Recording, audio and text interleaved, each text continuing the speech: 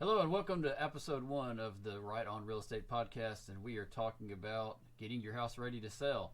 It's the essence of real estate is getting houses on the market for people to buy, and people look for different things in different houses. So the first thing I usually hear as a realtor is, "Hey, I'm getting my house ready to sell. I'm fixing up the kitchen. I'm fixing up the bathroom. I'm doing landscaping." Before you do anything like that, get a hold of your most trusted real estate agent. Call them, have them come out, have them look at the house, see if your improvements are things that are even market ready. Some people like blue kitchen cabinets, so they're going to go out and paint their kitchen cabinets blue and then alienate 90% of the people looking at that house. Maybe you're going, "Hey, I really like all these ultra modern crystal chandeliers all over the house." But when a buyer walks in, they're going, "Man, this house needs a lot of work. We've got to update all of these chandeliers." I personally looked at a house for my wife and I to buy, and the people go, "Well, we just spent $100,000 getting this house ready to market," and every single thing that they were doing to the house was something I was going to rip out.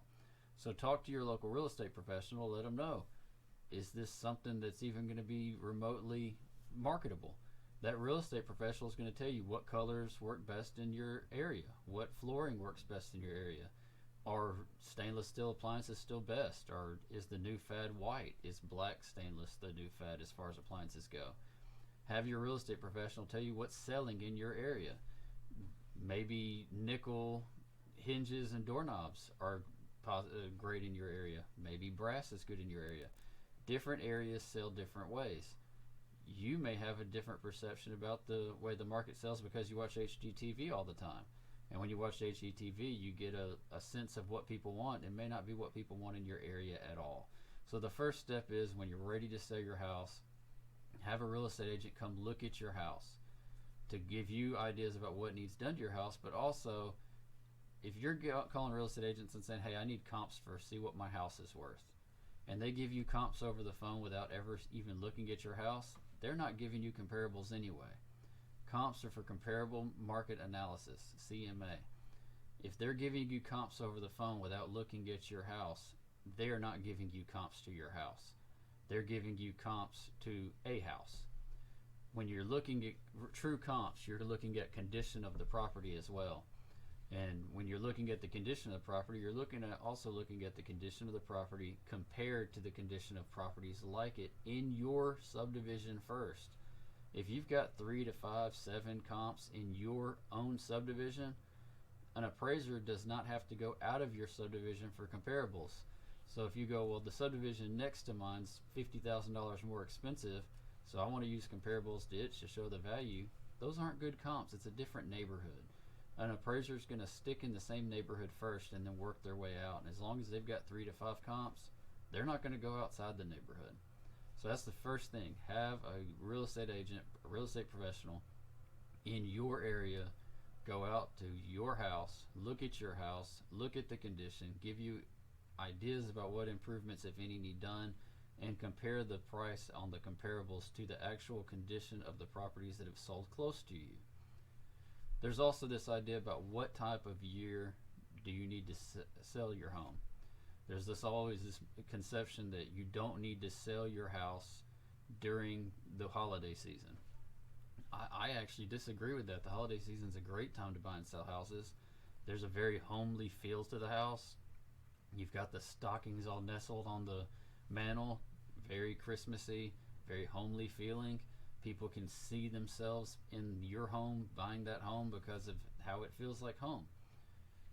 Why people don't think there's a lot of people out in the market at that time is because of a lot of real estate agents took the last quarter of the year off to get back and get ready for the new year. And that's why real estate kind of picks up in March, because real estate's a 100-day cycle business. From the very first time you make a contact to somebody till you actually get the house closed is about 100 days. So if you take the last quarter of the year off, start back in January, and then get buyers in your pocket, they're going to close in March or April. So it makes it look like March and April skewed higher because it's springtime. It's not really. It's realtors took the last quarter of the year off. They started working in January, and just the normal cycle of real estate kicked up and made March look busier than it really is. So don't worry about time frame. Now, if you're in an area that's heavily snowed and you can't get around, or the weather makes it a little different, that's different. I'm talking about in my area, which is around Nashville, Tennessee. Houses still sell in December and January. So, real estate professional in, talk about marketability, talk about what's for sale in your area, talk about how long something's been for sale. Make sure you're doing repairs that are good and marketable in your area. Make sure you're not comparing your 3-bedroom, 2-bath house to a 4-bedroom house that's very well updated. These things make a difference. These things keep things from selling or make things from selling. So you got to do things that make your house the top-notch house in the neighborhood to make it where it's more sellable. Ask your realtor what they are doing as far as marketing goes. Are they just slamming it on the MLS and then it's like set it and forget it? Are they doing professional photography? There's a big difference between a house shot with professional photography and a house shot with somebody's cell phone. If you find out that somebody's getting your pictures taken with a cell phone, just move on. Go to somebody that's going to take the time, be professional about it, hire somebody with professional cameras, and that does that for a living. Look, I've got nice professional cameras, but I'm not a photographer. I'm going to hire a photographer that does the work that makes that house look good. We're going to do 3-dimensional tours where you walk through the house online. Ever since COVID, this has been a thing because people on the internet are looking at houses without being around people, and they can walk through the entire house. They can measure the house on the 3-dimensional tour. They can walk around, look up, look down, look side to side. They can see defects in the house just by having that marketed. So these are all tips that you want to ask your realtor. How are you marketing my house? Because if they're just setting it on the MLS and walking away, that's not marketing a house. Are they doing open houses? Are they talking to other real estate agents in their office and other offices? Find out what they're doing to sell your house. Don't worry about just calling the top producers. Call 3, 4, 5 realtors, interview them all, figure out how they're all going to do. And big question is if I'm hiring X realtor on a sign, am I actually working with the realtor that's name's on my sign? If you're hiring a team, sometimes you're hiring somebody on the very lower level of the team that to actually do the work, and the person on the sign you're never even going to talk to. You hired that person to talk to that person, but you're never going to work for them. So make sure when you're interviewing people, am I working with you through this process, or are you handing me off to somebody else? That way I know who I'm actually working with. These are all ways to get your house on the market and ready to sell. If you have any questions about how to get your house on the market and ready to sell, send me a message. Call me up. We'll be glad to help you find you a realtor in your area that you can know, like, and trust. We'll be glad to help you in the Middle Tennessee area. But this is the Right on Real Estate podcast, and I'm glad that you tuned in. Be sure to subscribe, and we'll be back next week. Thank you.